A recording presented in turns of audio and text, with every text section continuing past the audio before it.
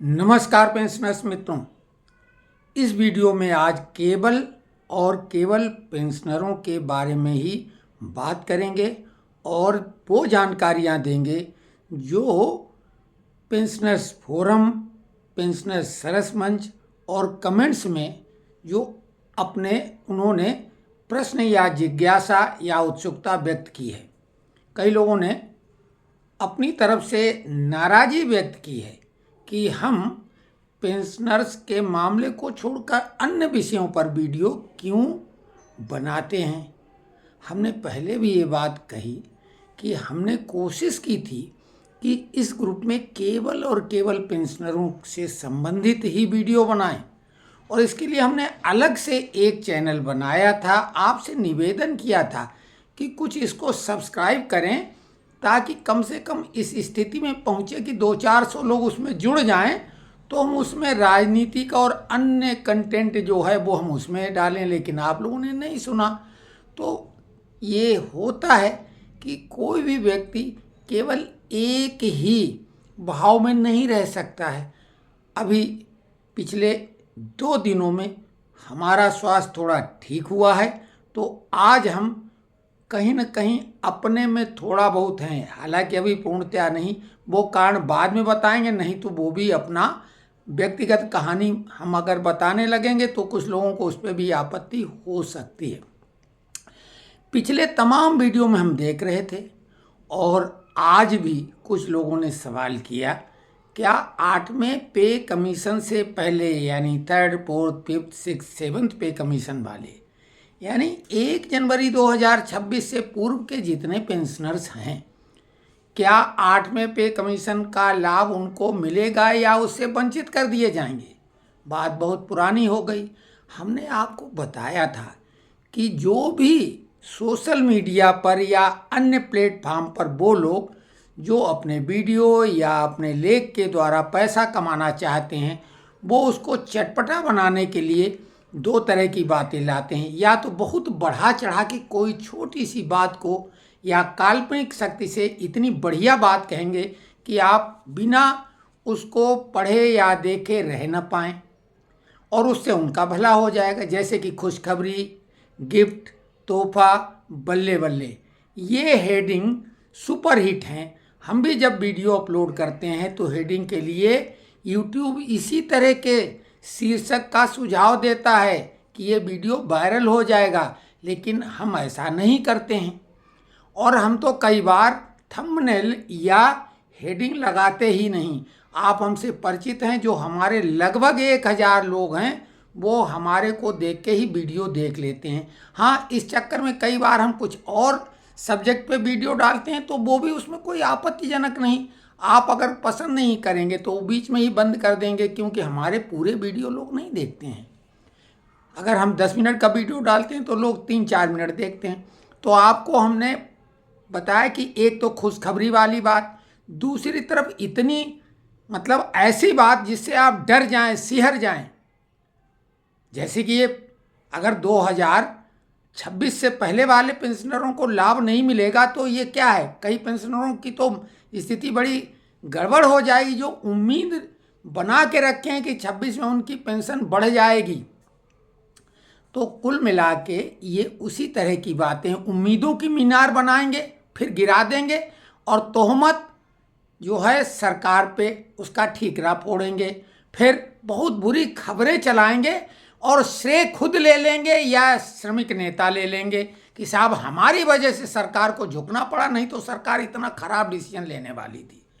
हमने आपको 2 बार कम से कम ये बताया कि ऐसा कुछ नहीं होने वाला है। इस बात की हम गारंटी लेते हैं।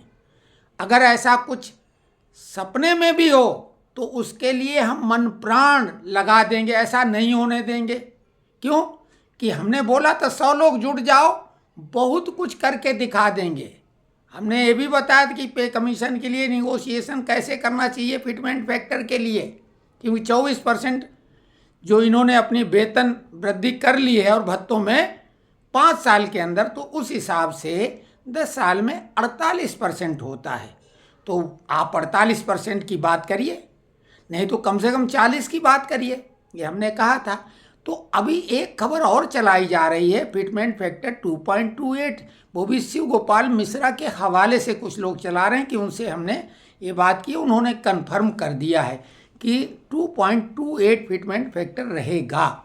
हमने आपको पहले भी बोला कि 1.86 से लेके 2.28 तक मैक्सिमम फिटमेंट फैक्टर रहेगा।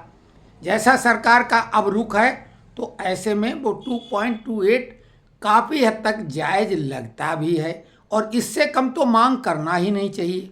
इसके अलावा 5% पेंशन वृद्धि, 18 महीने का DA arrear, fix medical allowance और जो जुलाई से बढ़ने वाला डीए, हम इन सब के बारे में बार बार बता चुके हैं।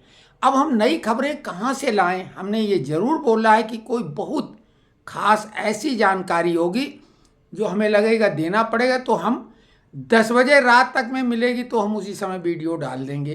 तो अभी कुछ नहीं, 23 अप्रैल को दिल्ली में बैठक होना है, उसमें जो निर्णय लिए जाएंगे वो बेहद महत्वपूर्ण होंगे।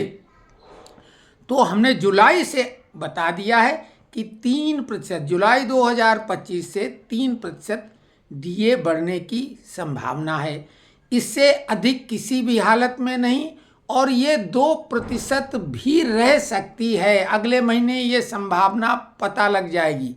2% की भी संभावना है, क्योंकि पूरे विश्व में एक मंदी अघोषित रूप से, हालांकि ये वाली मंदी नहीं, वो मंदी बेहद खतरनाक है, घनघोर अंधेरा समझ लो उस मंदी को। पूरी दुनिया में जो टैरिफ को लेके पूरा शेयर मार्केट बिल्कुल क्रैश कर गया है, तो कुल मिला के पूरी दुनिया में हाहाकार मचा हुआ है। तो कुछ कहा नहीं जा सकता है, एक आध महीने के बाद में जब ये तूफान शांत होगा तभी कुछ कहा जा सकेगा। तो जो भी चीज़ें होंगी हम आपको फटाफट आके बताएंगे। जब तक कोई ताज़ी जानकारी नहीं तो हम अपनी तरफ से कहाँ से खबरें बना लें।